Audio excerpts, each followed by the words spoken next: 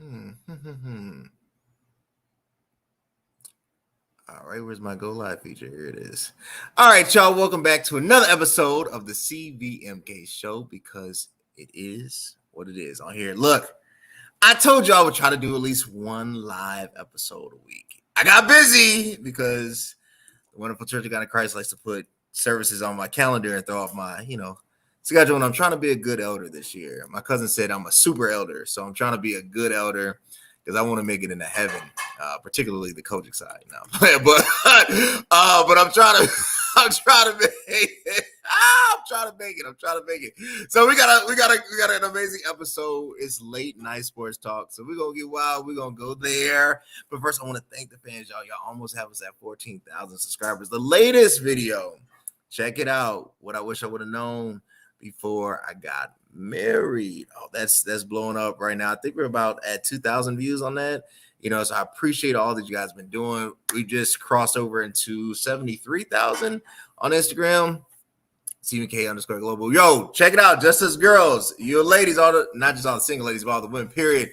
Check out First Lady Evans at the Justice Girls Conference. Finna Temple. I will be there vendoring CVMK Global, and I want to see you in the place. So I brought back the one, the homely, the man, the myth, the legend himself, Steve-O Speaks. We're going to get into it because this is going to be a fun episode after this quick break.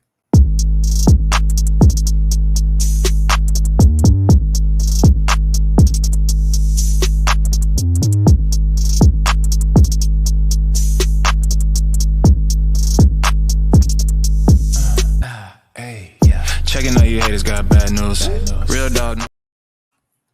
Steve-O! Man, what's the word? Been a minute. How you doing today, man? It's good to see you, man. Good to see you too. It's been a while, man. It's been As a I while. take my sip of coffee of my fourth live of the day. Fourth live. I get it, man. Content creating or creation as a whole. I can't speak today. I've been jacking up all day, but content creation is a job. It is a job. It is an exhausting job, man. I will stumble and fumble over words. I want to get into it, and I appreciate you being on here, man. Look, a lot has happened. My boy, they letting Russ cook, and it looks like he's back. Pittsburgh Steelers, Mike Tomlin seems like a match made in heaven. A defensive-oriented team with a quarterback who has enough juice left to take them deep into the playoffs, if not get to a Super Bowl. Was this a good move or a bad move for Pittsburgh? It was a good move in my opinion, to be honest. It's better. Anything's better than Kenny throw a Pickett. I know some people was trying to die on that sword, on that hill, saying, he ain't that. He was never that. If you watch some of his highlight tapes, even in college, I was sitting here watching like, bro, every pass he made was almost, especially if it was deep, every pass he made was either off target or it was late or he just didn't have the arm enough to get it there. But what I like about this addition to this squad is not only will him and the coaches not doggone fruit fly, getting my nerve move, but it's the coaching. That's the whole thing, because it was the whole situation with him and Peyton was weird. Like coming in with the whole situation, you would have thought, okay, I'm coming in, I'm coming off retirement. I've been retired for some years now, and I'm coming to this situation in Denver with the quarterback that we just got. You're going to make things shake with it, but to see the whole debacle of what happened this year the last 2 years really, and to see it just all end so abruptly and so non in the NFL type of way, it was strange. It was strange, and like, don't get me wrong, Russ had his fault into things, but I think in that situation, they tried to make him the overall scapegoat, and to me, that's just not fair. To me, that's just not true. And they had key games this year, especially where I felt like you seen some of that old Russ in him. Yeah, he beat Kansas. It sucks to say it was against us. We had him beat the razor. He fought back, and some of his timely experience came to hit us in the mouth, and we lost the game. But coming in over here he going into something more similar to what he was at in Seattle. We all know that like he's not the quarterback that's gonna just kill you with his arm all day or with his legs all day. He needs help. And what was the main contributor in Seattle was the run game and the defense, which they got both of. Do you think it was a missed opportunity? I think he's gonna beat out Kenny Pickett. For Denver, right? That's what you're saying? Yeah, no, for dinner, Okay. dinner for Denver, but also for most of the league. And here's what I'm saying: Denver ate the salary. You could have paid Russ the league minimum, the veteran minimum, still drafted and had depth, right? Goes to Pittsburgh, and now, with the releasing of a few pieces and players, it seems like Tomlin's gearing up for a deep dive push for the Super Bowl. I feel like this was the perfect breakup. This was the perfect divorce, and this was the perfect hookup. Here's what I'm saying. OBJ gets released today. You need an X in Pittsburgh. Bam, because I don't see the Bears making that type of bold move, signing OBJ as the X, even though you could have signed him, still got Marvin Harrison Jr., and then you would have had some super deep threats. Did the NFL miss all those teams that need a quarterback? Think of all the teams, Dabo in New York. Did they miss out on the Russell Wilson draft? I won't say everybody missed, but I think a couple teams missed. Like you look at I don't know exactly what, because the draft is still ahead. You still don't know what people's heads at with this. We don't know if we're taking the pick or keep adjusting. So everybody's still kind of worried and waiting on what the Bears are going to do with the pick first. And once that's figured out, that's when everybody can make their predictions of what's going to happen, who they're going to pick. But when it comes to them, like 49, not 49. It's the Raiders, Son and Garner miss you. You could have got Russ. But to me, I think Raiders is one of the people I'm hearing that is actually going to try to take that aggressive pull for the number one pick. So I can understand that. Now looking, you can't say Washington with the whole move of Sam Howell today, but we already know that with the second pick, they're going for a quarterback anyway. I think Tennessee should have took a look at it. Honestly, they don't really have a QB that's like a downright. We know exactly what we're going to do. It's crazy. Minnesota missed out. They could have used him. Losing cousin to Atlanta. So, matter of fact, let me just pull up the NFL because it might. You might be right. It might be a couple. So Dallas could have signed him. Yeah, I think. No. I think the only reason I say no is because I just know Jerry not thinking not long term. But I'm saying like Dallas signed him. This is the scenario. I love Dak Prescott. I think he's a great guy, great moral character, great person. Let's say his contract, I think he's due for $60 million this year. I mean, he has an enormous contract, right? Yeah. You got rid of Dak. Russell Wilson, basically, as far as win-loss percentages, you're not going to lose production with Russell. No, you're not. Yeah, you will. Because that's the one thing about and the thing about Dak is he's basically black Kirk Cousins. He put up stellar numbers during the regular season, but when we get to the playoffs, it's not the same. Versus he's literally the back Kirk Cousins. He doesn't do anything in the playoffs, but he kills you in the regular season. He does. But he has like those 2 to 3 games to show you that he ain't that guy in the playoffs before he even gets there. But it's a lot like the Saints could look at Russ. The Saints, Derek Carr is down there, but everything, but Giants with Dabo, but especially with Dabo, he fits almost the same thing that Russ was running quarterback-wise in New York. So that's something they could look at, but they're at such a low pick at 6 that you don't know what they're thinking. So they could be trying to go for a quarterback. Who knows? It's a pretty deep QB class, more than usual. It's like I say 3 can go into the first round. easily to me. But besides those names, ain't too. There's no. Maybe the Colts. That's about it. So I say Colts, Tennessee, Colts, Chicago. Tennessee, Vikings, Saints. We weren't looking at them. We don't want them. So, like, It's either Justin or a rookie quarterback. that's true. I wanna jump into the running backs. This is the first, I Man, would say, year in a while where the running back position has been coveted. Like people are talking about, and paying running backs. Like they were talking about, this is an obsolete position now. You don't need it. You don't need to give them the full, basically franchise tag and everything. Saquon Barkley to the Philadelphia Eagles. Was that the missing piece that Jalen Hurts needs? no. It's a nice piece. Don't get me wrong. Like it's Right. definitely a nice piece that the offense is going to be something tough to deal with. But I'm not the biggest fan of their offensive coordinator, and I think losing the offensive coordinator where they went to the Super Bowl with was their biggest hit.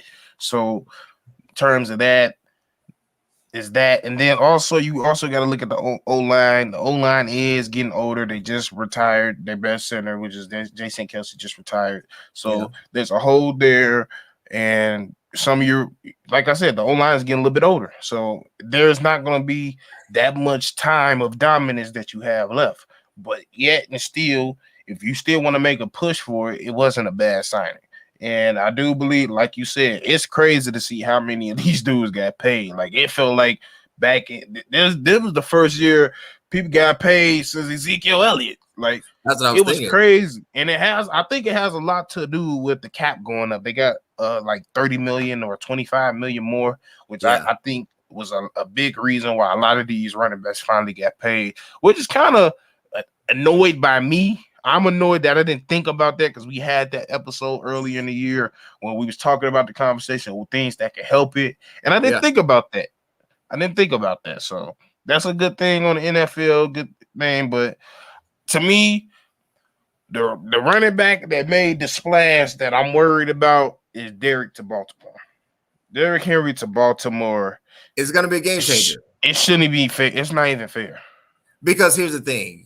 You can't stuff the box and say we're going to throw 7 in there, because then you'll leave a wide receiver. You'll leave Zontae open, right? Mm-hmm. So that might be a strategic mistake to say we're going to shut down the run and then therefore leave our wide receivers exposed. Derrick Henry and Lamar Jackson is too much of dynamic power, right? Like I don't really know who's the running back. I mean, you know, Right. you know what I'm saying? It was got 2 a running backs. meme. You remember that meme when the dude was on the train underground and he was like, "Police, help!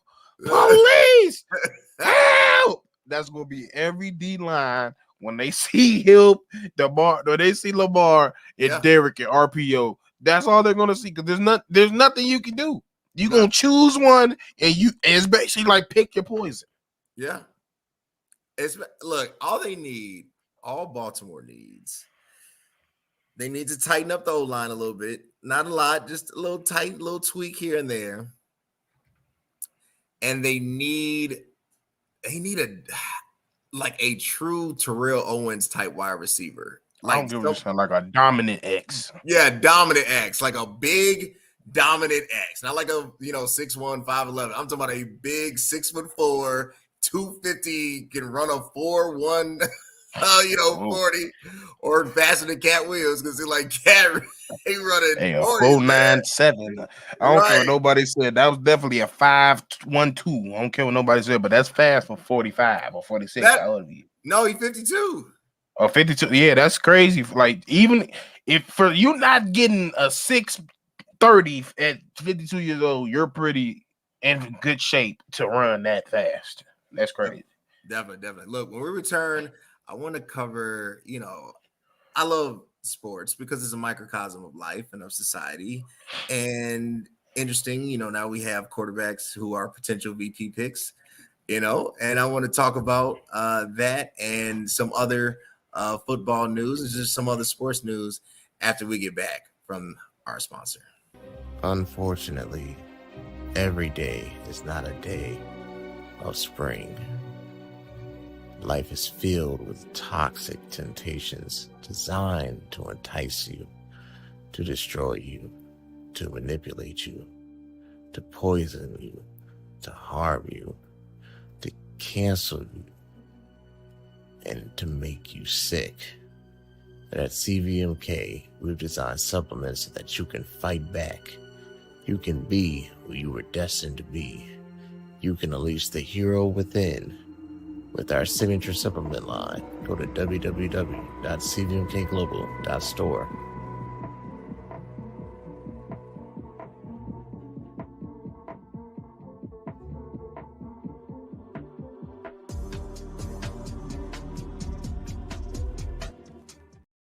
Omnius is the word. Look, www.cvmkglobal.store. Look what I got with me, y'all. The protein itself.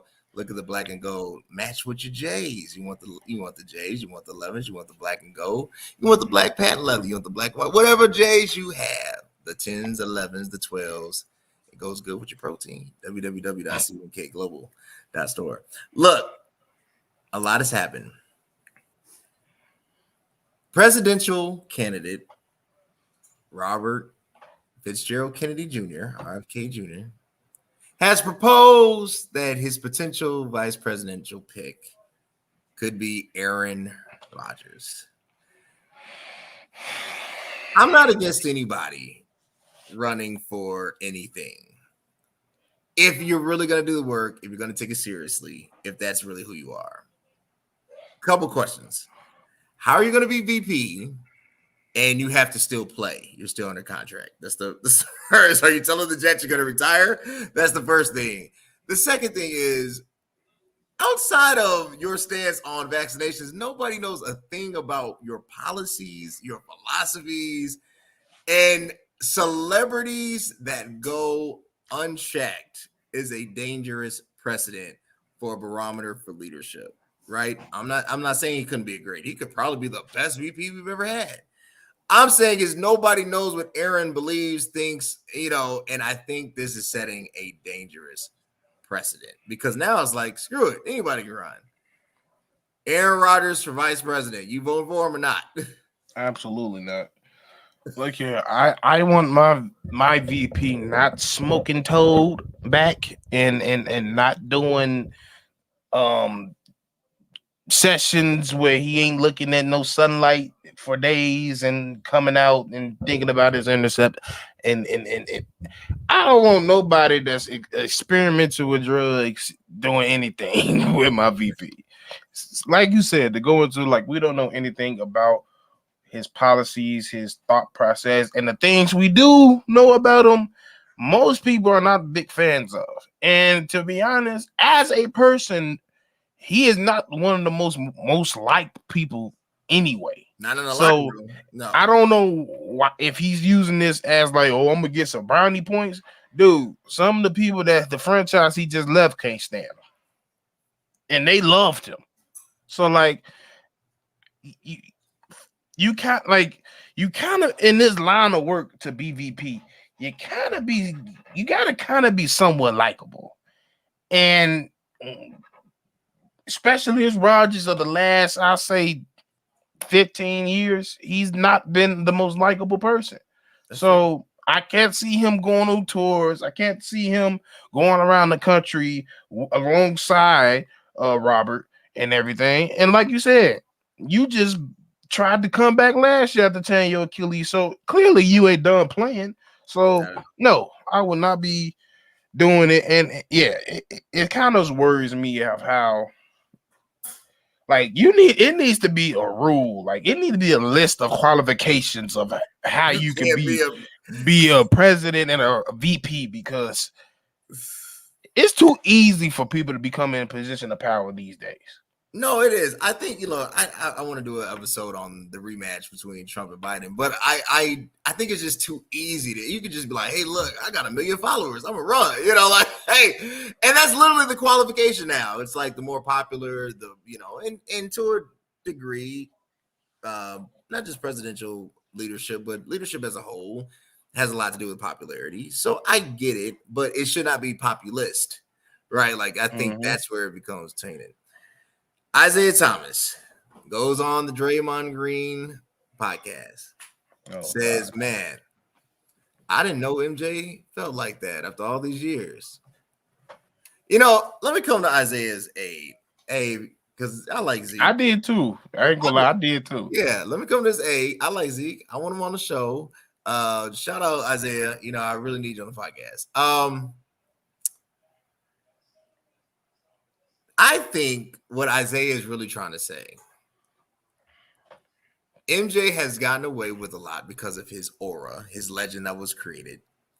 And there was what was presented, and there was the other side, right? And I think what Isaiah is leaning towards is that none of my teammates could ever speak bad about me, right? And these feelings that you harbored, that you released, nobody even knew you felt like that towards certain people, and that was a cool move. I personally think MJ don't seem like the type that hides his hand. I feel like he has expressed it in so many ways. I think his team managed his communications, but everybody knew what MJ was thinking at all times. Anybody that was around him, right? So I love sports beef. Who's right, MJ or Isaiah? What you mean, right? Right in what though? Right. Who started this beef? Was it because MJ kept getting beat up, or is it because of not shaking his hand? I honestly feel like the beef started with Isaiah eternally because he kind of, if you watch the All the Smoke interview with him, for one, it's one of the longest All the Smoke interviews. I think, if I'm not mistaken, it's a two-parter. So he without saying a lot, he said a lot in those 2 hours. And one of the things that caught my thing is like, I brought him around the West Side. The reason he good in Chicago was because of me. I told everybody that he real cool. And I'm like, come on, bro. You're mad. You're upset really internally because he came to your city and took your city. That's really what it is. And if I was to put myself in his shoes, if we break down the whole thing, y'all like to say they like to team up. Jordan went around the whole Eastern Conference and plucked almost every good player from each team, and that was the Bulls, but nobody says nothing. Yeah. Last 3 championships, yeah. A lot of things Jordan does also, but they always bring up him, which is true. But at the end of the day, Zeke, what you got to realize is just Jordan is Jordan. Jordan has done a lot for the league, not only for a year, but globally for that time period. True. And at that time, it's just sometimes when you get to a certain spot in your career, you're untouchable. You're that much liked. You're that much respected. And there's just nothing you can do. If they say something they don't like, sometimes they get more word on it. And then again, with the way you played and who you played with, it kind of helped everybody, even if they didn't know you. It kind of helped them feed into something. If he was to say, oh, that man, Zeke is a dirty mug, Charles and them, they could be like, yeah, he is. When I played against him, he did such and such and such. And Bill Embry did such and such. So, like, I get it. But at the same time, he really need to stop acting like he don't know what it is. That's the thing. That's this whole thing. Oh, I didn't know. You know exactly how Mike feel about you. Yeah. After all these years, you most definitely know how Mike feel about you. There's no even, I don't even know why you even playing like that. Here's my take. I think Isaiah has beefed with Magic. He's beefed with Larry. He's beefed with Adrian Dantley. So it's not like this is uncommon. But I think the prolonged beef is a lot of players, and I don't think it was just Isaiah, felt like Mike was selected. right? Like he was kind of the one that they built around without anyone's permission. And organizations have the right to do so. And he possessed the skill, the charisma, the look, to be built around, right? So it wasn't a Yeah, bad definitely. move. But I think it rubbed players the wrong way to the point that in hindsight, they feel like history gets skewed a little bit because you're only seeing it from the Mike lens, right? Like, and the Mike lens, eliminates the Connie Hawkins of the world, the Julius Ervings of the world, the David Thompsons of the world, the Kareems of the world, because basketball started in 1984, right? Right, basically, like, and then it took an abrupt end at 98 to 2001, and then after 2001 it resumed again, and then we get Kobe for a couple years, and then now LeBron, right? So I think that's the real argument, is that history is kind of told in these, I would say, abstract terms.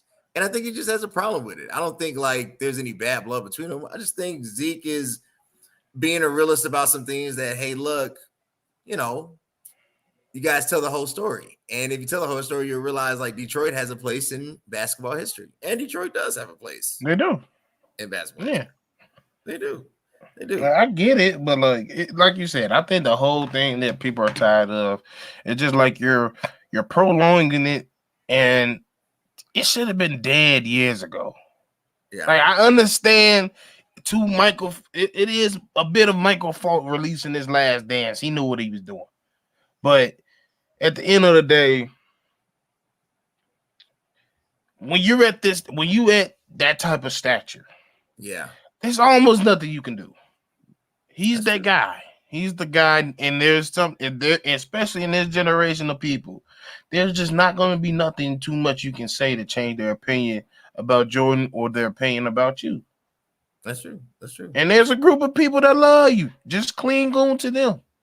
That's true. And if you don't mess with them like that, you don't mess with them. It's that simple. But for y'all to keep going about this, I know it's getting old. Y'all need to stop. Have that sick down or not.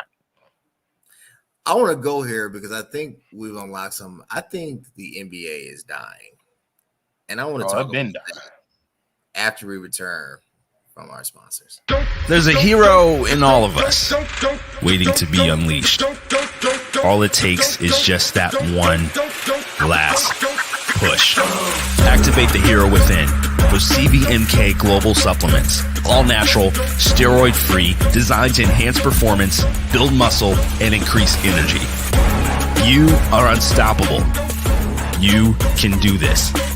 Become your own hero at www.cvmkglobal.store.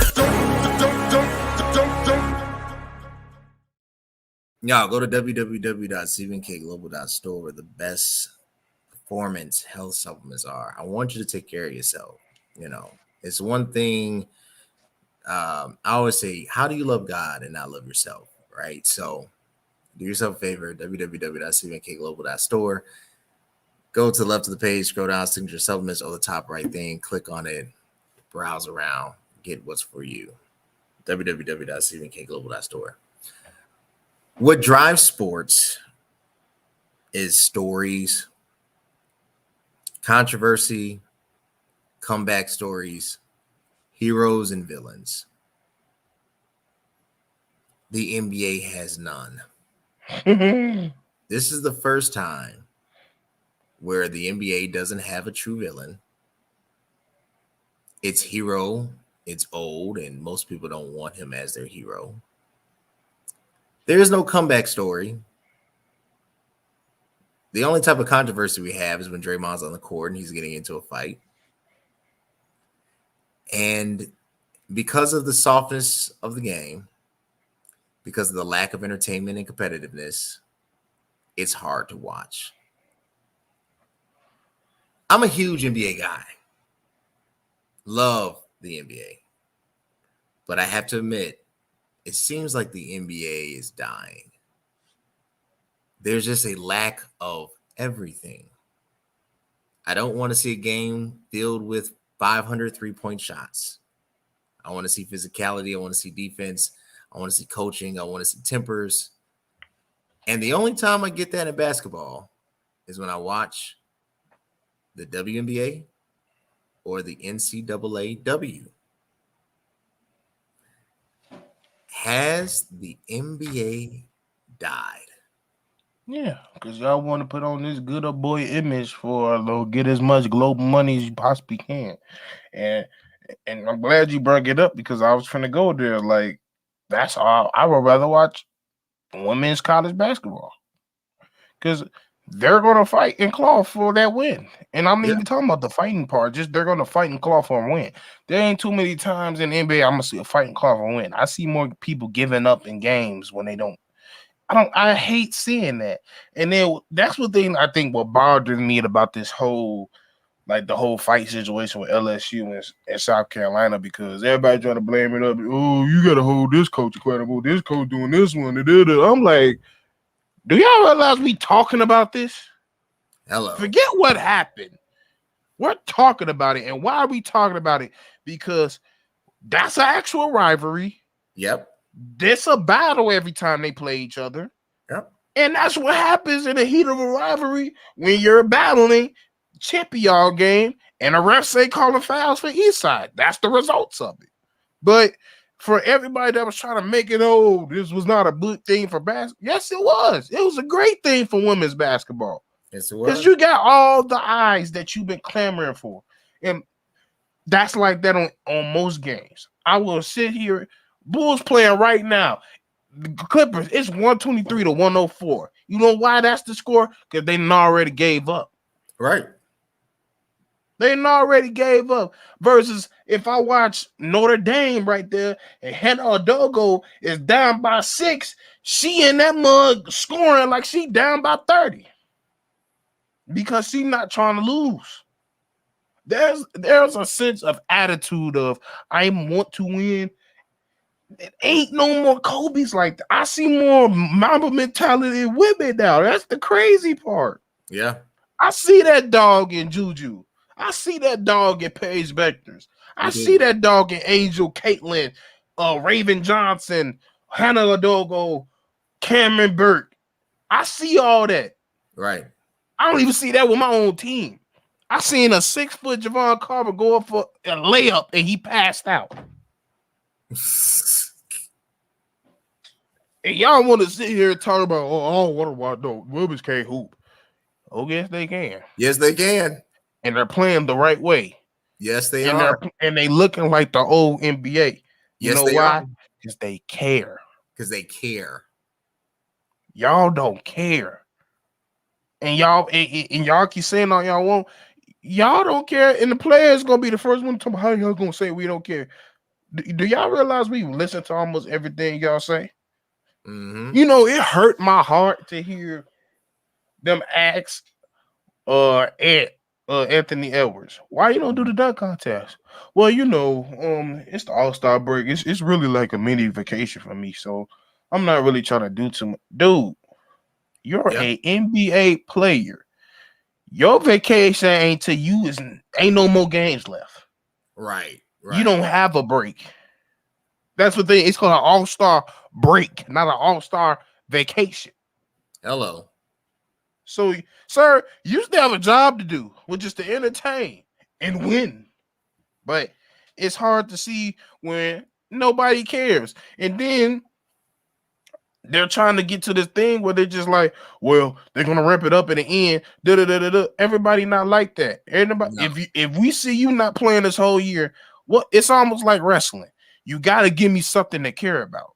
If you've been BSing a story that I don't care about, or you haven't been trying on the court, what makes you think I think you're going to try in the playoffs just because it's the playoffs? No, true. Like, y'all got to start relying on, they're going to come back because it's the finals. Well, the finals viewership drop year and year every year. So you got to start relying on that. And play. Do y'all? Sometimes y'all just need to go back to children, how you felt as a child. Really. They make too much money. Here's what it is. And I'm not for taking the bag away from anybody, especially another black man, right? Like, I want you to get the bag plus more. Get all the bags. But the problem when you are awarded the bag too early and it's unproven, what is left to fight for? You already have $100 million of access, maybe not liquidity, but of some type of asset before you're 22. So then what? A ring, a championship means what to these guys? They've been getting paid underneath the table at least since high school. So, Right, especially with this NIL deal. right now with the NIL, fame, fortune is not new. They've been famous and fortunate since teenagers. Yep. So coming into the NBA is like what? You're playing basically pickup ball with your friends. AAU. Nobody wants to get injured. So nobody plays hard. There aren't any real beefs. They're all, children of the suburbs, So not against that, but you're not gonna be aggressive. You grew up in $1 million mansion. There's no dog in you, and Man, like you and got it's kids okay. out here. You Right, got right. kids out here that's coming to the league with $10 million in their pocket. Second and third generation. Like some of these people, some of these dudes back in the day wasn't making big money till their second or third contract. These dudes' first extensions be over $100 million. Yeah, yeah. And I'm like, dog, like you not giving them nothing to be hungry about. They're not hungry. Nobody is hungry. There's a fair few amount of people, and they're older, that care like that. And yeah, it's making the NBA suffer. It's making the product suffer. And to be honest, you done built the hole so big. I don't know if you could dig yourself out of it. The only way you got to find another way. You better just hope another Steph Curry come along to keep it alive. Because at this point, that's all people care about. The more numbers I can see that's all that matters to them. They don't want to see no defense. They don't want to see nothing. They don't want to see no real basketball. They just want to see shots go up. What does it say that we don't have any young stars? True stars. We give people that accolade. Like I thought about the Mike Tyson versus Jake Paul. Mike is in his 50s. He's still Iron Mike, but he's not like an Iron Gate, right? He's 50 plus year old Mike, right? Fighting and Jake Paul, who can box for an exhibitionist. He won't fight professionally. And we understand it's entertainment, so they have that aspect. They're going to get people to watch and view. But we don't have one. The Mike Tyson versus Jake Paul fight gets more buzz than a Deontay Wilder, than a Tyson Fury, than a Diaz, than a Ryan Garcia. We don't have one person that makes you say all eyes on me. Why is the American athletic product at an all-time low on the male side? Obviously. You answered it earlier. These kids are getting way too much exposure and money at a too much of a young age. There are, especially if you're looking at the basketball point, I can't even say basketball. Most in every sport, because of NIL, before these dudes hit 18, they're probably touching their first $1 million. True. And that was not even Mike probably didn't even think he was ever gonna touch $1 million until he got to the league. Yeah. And he knew once he got to the league, I just got here. I gotta stay here. Because it wasn't a guarantee you was gonna stay here. It's almost a guarantee you're gonna stay here because one, they got so much wrapped up money and tied into you because the rookie contract is just getting higher and higher every year. If you the number one pick, you making 20 bands. And I ain't talking about 20,000.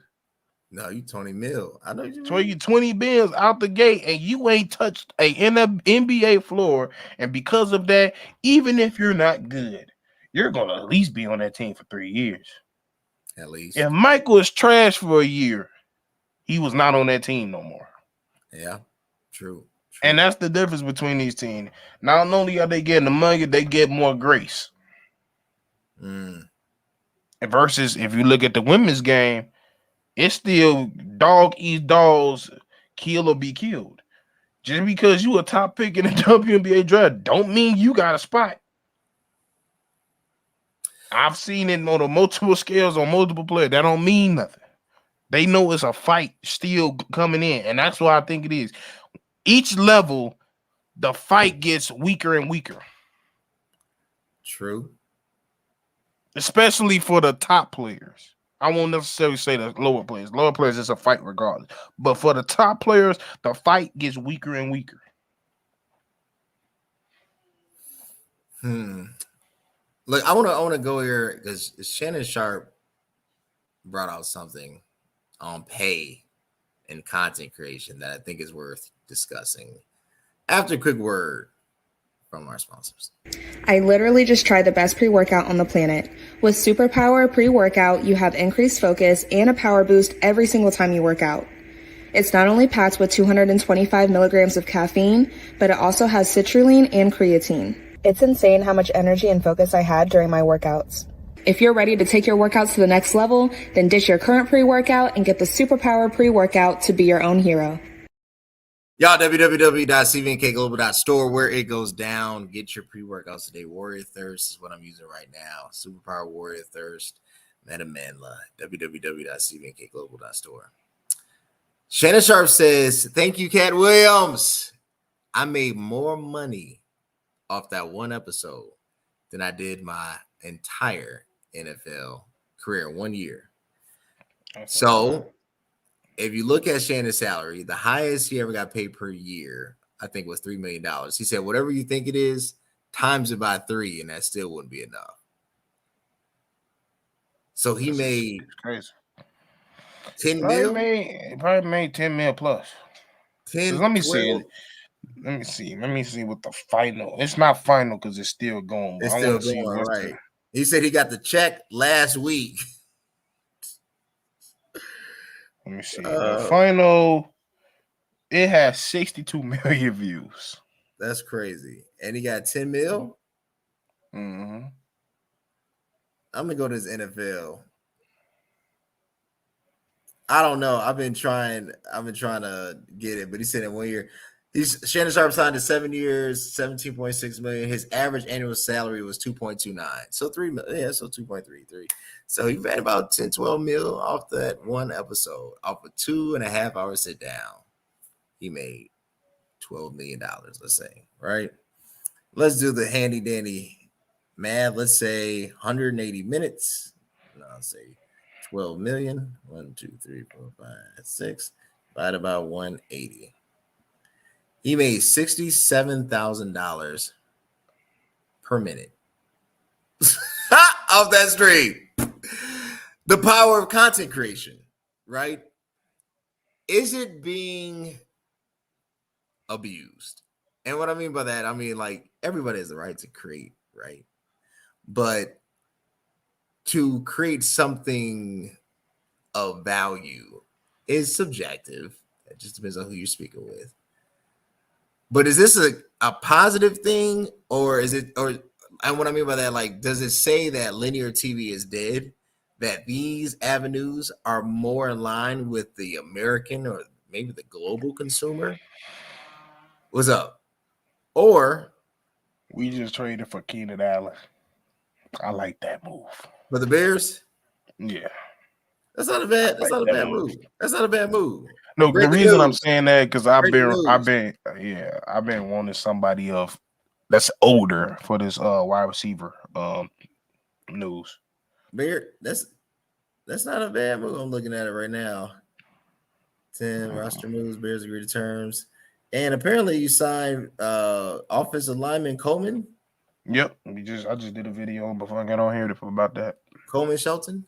So is this enough, or is this to get Caleb Williams? Is this the Justin trade, or is this the Caleb trade? I can't tell you. I really can't. Like, at this point, each move they make, you can be like, it's for Justin, but then again, you can't see it's for Caleb. So, like, I've been arguing with bro, you don't even understand the civil war that's going on in these streets when it comes to this decision. But I'm not finna act like I know exactly what's going on. for this, but it is what it. I mean, to me, I think it was just a move because our if we started today, Right. just today, our number 2 wide receiver is Tyler Scott. We had to make a move. With losing Mooney, we had to make a move because, like, if we're not, we're just gonna have a team full of young dudes and young dudes that's unproven. So I like to bring in somebody that's probably been arguably a top 10 wide receiver for, well, not top 10, but he was in the top 10 conversation for multiple years in his prime. So I like the move. I think it's a good move. I think what the Bears are doing is preparing them for the worst case scenario or the best case scenario, depending on how you look at it, right? So we get Caleb. That's the key word you said, is how you look at it. It's how you look at it. At the same token, I don't think the Bears know what they're going to do. I think in retrospect, or I would say in prospecting, the Bears are like this. If you trade Justin and he becomes the next Michael Vick, you will be blamed for giving him up too soon. Mm-hmm. If you don't draft Caleb Williams and he becomes the next Patrick Mahomes or Dan Marino or whoever, then you're going to look like another idiot, right? Like you failed in the draft. It's a win-lose scenario, if I ever see. If you draft Caleb and you keep Justin, then you're going to create a toxic culture in that locker room. Because then it'll be like, well, whose team is it? You know, so because who's going to get the snaps in the preseason? Right? Because if somebody make a mistake, you know, you don't want your starting quarterback, and all of a sudden you hear chants from the fans saying Caleb, right? So that's a hard thing to do. If I'm the Bears, this is the perfect scenario. I'm trading a first round pick and the second round pick next year. I'm stacking up. I'm trading because Justin's not happy. We're not happy. I believe in Justin and I want him to be happy. So I'll give him his preference. But whatever team you place him, they have to bring weapons, right? I'll draft Caleb, but then I'm stacking the offensive line. I mean, I want him to have Tom Brady 12 everybody. seconds. Right. Hey, 12 seconds to just think about throwing, right? And I'm going to place Caleb in a position where he has a true X, a true Y, and a running back. I know they signed, what's his name? Devontae? Who do they sign today? Oh, you talking about DeAndre Swift, the running back? Yeah, DeAndre Swift. Honestly, I was hoping that they would go for Zeke Elliott. No, he's garbage. No, he's not. And he's done. Did you see what he did on the Patriots? He wasn't even the starter on the Patriots. I mean, he wasn't motivated. He was on Dallas all these years, and he was motivated. He was trash. There was way too many people with his running back. Is he done? It's done. Zeke is done. He's done. There's so many other. I will draft a 5th round running back before I get Zeke. Without hesitating, a 7th rounder. Oh my gosh! And that's literally because you can find a quality running back at 5th round. That's just how it is. But I ain't getting Zeke. I thought you was gonna say Saquon. I was like, okay, that's weird. Zeke, no. Yeah, I love to have Saquon. I don't know why they didn't make a pitch for Saquon. I thought Saquon would be too much money and he's too injured. I mean, because he's like Earl Thomas, Earl Campbell, not Earl Thomas, Earl Campbell type running back, right? He's gonna ground and pound, not like a Marshall Faulk, right? He's gonna. I won't even say he a ground pound. He's very elusive for his size. It's just his injuries. It's just he can't stay on the field, and he's getting $20 million guaranteed. Yeah. I don't know if I'm giving you $20 million guaranteed to a running back that hasn't been healthy. Lord have mercy. Lord have mercy. I still think Ezekiel Elliott has some potential left. I know you don't. I know you don't think so. Because you don't have to spend a lot. That's what I'm saying. You don't have to spend a lot for Zeke. He's not like a I Jamar don't think Gibbs. we didn't spend that much. I mean, we spent a nice amount. We what eight a year, Yeah. Let me which see. is Montgomery. We offered him 6 a year, so So we overpaid yeah, but like 6.5 million over 3 years. So I'm yeah, Gucci on that. not I'm sorry. short, I can't deal with Zeke. I'm done. I like not it. eight. I was never the biggest fan of Zeke, even when he came out of college, but I'm really not a fan now. I mean, I think Zeke has seen better days. I think he just needs to be in a. Oh, he's seen almost yeah, he's seen some decades at this point. That's terrible. What do you think about the signing of Simone Biles' husband? I like him because he fits our style of defense. Him and Justin gonna have a talk because he smoked them in the last game of the year. He almost gave that man concussion, but he a Yeah. headhunter and he's versatile. Not only can he play DB, he could play safety. And one thing we kept seeing last year was Brisker kept on hurting himself because he crashed Bandicoot and going head first to kill somebody. But we need more depth at the safety position, even though we just signed Kevin Bayard and we got Brisker, but we needed depth because when one of them got hurt this game, I think it was against Minnesota. That last line of defense wasn't it when we didn't when our starters was gone. So you need quality player depth at that position. And I like it. You not only you bring a celebrity name to it, but he's actually a sound quality player at his position, and we got him from the low. So I like to sign that a lot. That's why he's actually one of my favorite signings for the Bears this offseason. And there you have it. Look, when we return, we'll give a sign off. But it looks like the Bears are Making moves. making moves 9-7. 9-7. I ain't mad at that. I'm not mad at that. Yeah, I would give them 10-7, or no, because you got an extra game, right? I would give them 10-7. I don't know. I don't until I figure out who the quarterback is. I can't give them that after this quick break. Hey, what's up? It's CVMK 33. Look, I want you to subscribe, hit the notification bell, subscribe here, everywhere, so you can get the latest and greatest of this podcast content. Stay tuned. Y'all subscribe, YouTube, one word, 4 letters, CVMK. It is what it is _show on Instagram, CVMK _global. CVMK 33, TikTok, if we still have a TikTok after this mess of the bill, but as long as we still have a TikTok, CVMK Globe, Snapchat, CVMK _global, fan base, CVMK Global. Steve-O, man, where can I connect with you? Hey, hit me up. It was Steve-O Speaks on X, Instagram, as well as NBA Central, Chicago Bears Central, Chi-Town Sports Central. I'm on all those platforms. Y'all connect with them, connect with me. Where it goes down on the best podcast, the CVMK show, because it is what it is. Until next time, guys. Thanks.